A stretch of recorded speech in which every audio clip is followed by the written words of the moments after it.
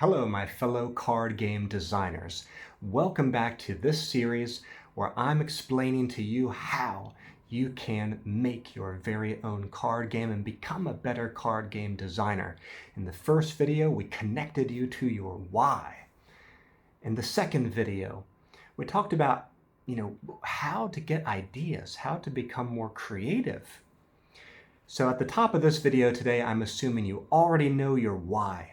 You already have your ideas, and now it's time to get to work. So, how and when do you put those work hours in? I'm going to talk to you about the mindset that you need, some different ways to think about this. The first way is about flow state and the deep work mindset. And the second way is what I like to call the opportunistic mindset. So let's get into the first one. Ideally, you will have some time every day or every week that you can get into solitude, get away from all the noise, get away from all the distractions, and work for several hours on the most important tasks that need to get done related to your card game. Now, if being a card game designer is your full-time job, that's great because you can probably get into a flow state every single day. But I think for most of us, card game design isn't our full-time thing. This is sort of like a side project or a hobby or a part-time job, something like that. Maybe we have full-time jobs which are not related to card game design. We may have families, we may have kids, and those few hours when we might be alone are few and far between. But to be in a flow state, to be able to do deep work is precious because that's when you're going to get the most bang for your buck in terms of time and energy. When you get into a flow state, and I do believe you should research and study how flow state works, check out the book Flow by Mihai Csikszentmihalyi.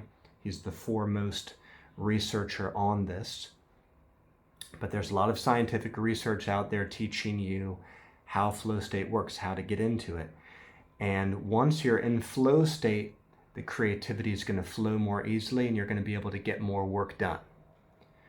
So it would be great if you could get up early on a weekday if you have time, or maybe on Saturday morning, get up early, get into flow state around your card game. And flow state, like all the other skills I'm teaching you, it's something that you can and should practice. You might not be really great at it at first. Maybe it takes longer for you to get into flow state at first. Or maybe once you're in flow state, you can only really do an hour or two before you want to get out of it. For me, if I can get into a flow state, I usually can go 4, 5, 6, or 7 hours or more before I start to get to that point where okay, I think I've done enough for today. You know what I mean? But that is very, very rare for me in the recent years.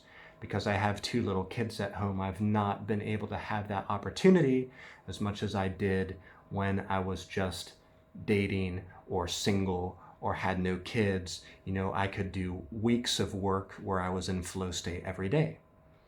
What I had to learn as a busy man with a full-time job and family and kids, what I had to learn next was the opportunistic mindset. That's what I want to share with you today, which in some ways I think is even more useful concept for busy people who have full-time jobs and families and who are in committed relationships. The opportunistic mindset means you get good at taking advantage of whatever free time you have day by day, however small, and you don't make excuses about it. So, some people, if they're busy people and they have 20 minutes free in a day or 30 minutes free in a day, they might say to themselves, well, that's not enough time for me to really do anything valuable with regards to my card game design, so forget about it today. I'm just gonna watch the news, or I'm gonna go outside and have a jog, or hopefully they're doing something valuable with that time, but they're making an excuse about the small duration and time, and they're not using it to, it's kind of like an excuse, and they're missing a chance to nudge their card game design forward. So what I have learned is it's very important to pick up those small scraps of time and use them to push your project forward in whatever way that you can. The cool thing about card game design is there are so many different types of tasks that have to be done to bring the project to fruition. There's the writing of the rulebook, the editing of the writing for the rulebook. There is sourcing the artwork. There's communicating with artists. There's actually putting in the work in terms of designing the game card and typing in the text of the game card and making sure that all looks good. That takes a lot of time. If you're into story writing, sort of like the backstory behind characters, if you publish writing that goes along with the games like I do, that takes a lot of time and work. There's even things related to like website design or shop design, branding, marketing, maybe doing ads, stuff like that, relating to the marketing and the selling of the game. That's actually one thing that I love about card game is there's so many different skills that I get to practice. So I would write out all of these different areas that are things you're going to be having to work on over the years. And then when you have free moments, pull the one that makes the most sense for where your mind is and for where your energy is that day. There's going to be times when you are more in the mood for working on that rule book, more technical writing frames of mind. There's going to be times when you would just like to chat with artists and reply to them on the sketches and the ideas and their process.